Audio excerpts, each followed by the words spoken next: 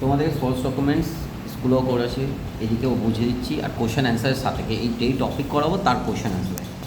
Source documents কী আছে? Evidence of transaction or an event. কোনো transaction যখন ইন্টার করার সময় যে ডকুমেন্টস দেওয়া হয়, তৈরি হয়, তাকে আমরা সোর্স ডকুমেন্টস বলি। ঠিক আছে, এবার সোর্স ডকুমেন্টস আমরা অলরেডি ডিসকাস করেছি, আমি ওইটা না। ক্যাশ মেমো হচ্ছে প্রথম, আমি একটা হচ্ছে সোর্স ডকুমেন্টসের পার্ট। ক্যাশ মেমো প্রিপেড কে করে? সেলার করে। কখন করে? যখন গুডস সোল্ড করে ইন ক্যাশ।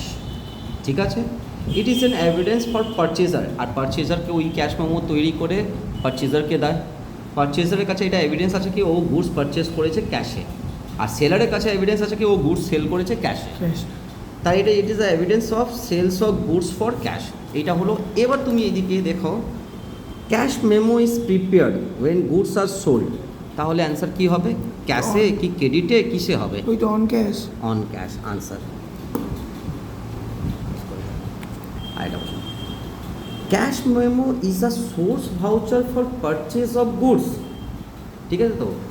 এবার for cash purchase, for credit purchase, for credit sale, for cash sales. ঠিক আছে তো? আমি কি বলে পারচেজারের জন্যে cash memo is a source voucher for purchaser of goods. কখন? যখন ও ক্যাশে ফর কী করবে? Cash purchase. পারচেজারের জন্য কি হচ্ছে? পারচেজারের জন্য ক্যাশ মেমো কি আছে? পারচেজারের জন্য ক্যাশ মেমো আছে। ক্যাশ মেমো হলে তার মানে ক্যাশ পারচেজ করেছে, তাই জন্য কেন আমি এভিডেন্স বলেছিলাম পারচেজারের জন্য ক্যাশ পারচেজ না, সেলারের জন্য ওটা ক্যাশ সেল করার জন্য সেলার প্রিপেয়ার করে, আর সেইটা কাকে দেয়? ওই মেমোটা তৈরি করে পারচেজার দিতে। আর পারচেজারের কাছে ওইটা এভিডেন্স হয়ে গেল সোর্স ভাউচার। ওই জার্নাল এন্ট্রি করবে কি আমি ক্যাশে মাল কিনেছি, সেটা ভাউচার বলা হয়। যেটা থেকে অ্যাকাউন্টিং ট্রানজ্যাকশন করা যায়, যেই ডকুমেন্টস থেকে, তাকে ভাউচার বলা যায়। তাহলে ভাউচার হিসাবে সোর্স ভাউচার কি হচ্ছে? Cash memo is a source voucher for purchase of goods for cash purchase. বুঝতে পারলে? নেক্সট হচ্ছে ইনভয়েস আর বিল। এটাও কি হচ্ছে? আমার সোর্স ডকুমেন্টসের পার্ট আছে। এইটা কবে তৈরি হয়? সেলার যে আছে, যে মাল বিক্রি করছে, যখন গুডস সোল্ড করে ক্রেডিটে, it has been the details of the party to whom goods are sold and goods sold and the total of sales amount, মানে কততে বিক্রি করেছে। ঠিক আছে তো? কত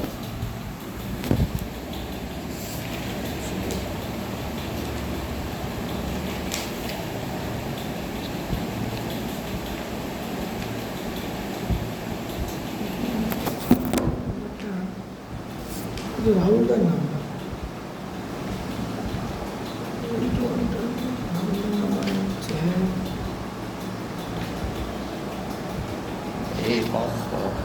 এবার হচ্ছে আবার জিজ্ঞেস করেছে যে ইনভয়েস নিয়ে জিজ্ঞেস। Invoice is a source voucher for purchaser of goods.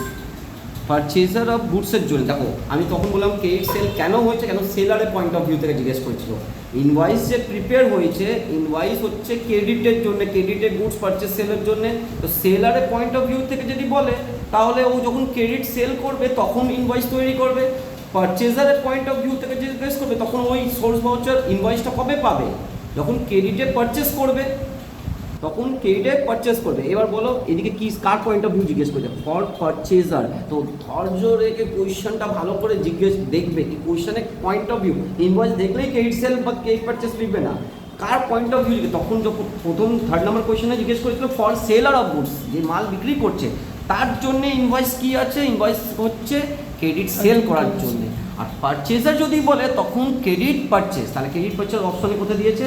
For cash purchase, first sale, credit sale, credit purchase. তাহলে অ্যান্সার ডি।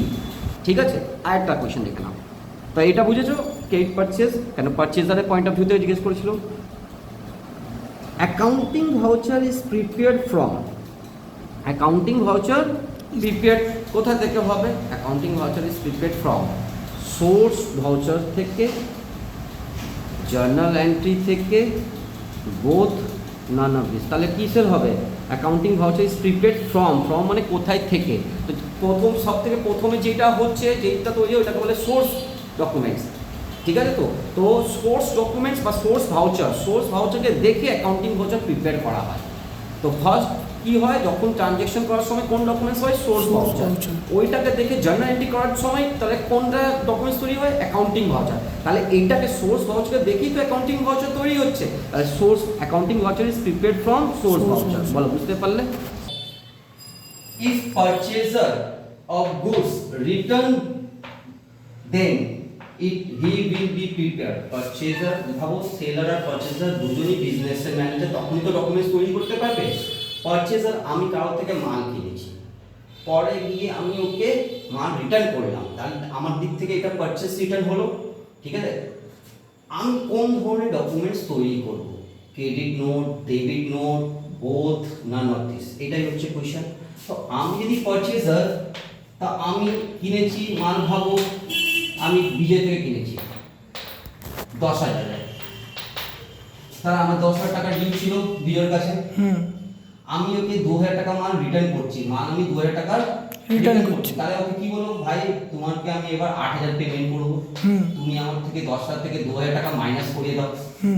যখনই কেউ নিজের অ্যামাউন্টটাকে ডিক্রিজ করার জন্য, তাহলে রিটার্ন পারচেজ মাল রিটার্ন করলাম, এবার তো আমি আর 10,000 পেমেন্ট করবো, 2,000 মাল রিটার্ন করে দিয়েছি। যখনই আমি রিটার্ন করছি মাল, তাহলে আমি বলবো আমার অ্যাকাউন্ট থেকে 2,000 মালটা যে 10,000 ডিউ পড়ে আছে, তার থেকে 2,000 আমাকে বা বেনিফিট দিয়ে দাও, বা আমার ভ্যালুটা রিডিউস করে অ্যাডজাস্ট করে দাও। দুটো জিনিস, 2,000 আমাকে বেনিফিট দিতে হবে, ঠিক আছে তো, বা তেমনি আমরা নর্মাল কাস্টমার থাকলে আমি যখন আমরা মাল কেনার মাল রিটার্ন করি, তো আমাদেরকে তখন ডেবিট নোট আমার দিক থেকে আমি তো প্রিপেয়ার করছি না, তখন ওরা প্রিপেয়ার করে, সেলার সেই সময় ক্রেডিট নোট প্রিপেয়ার করে, আর পারচেজার যারা হয় তারা কি করে, ডেবিট নোট।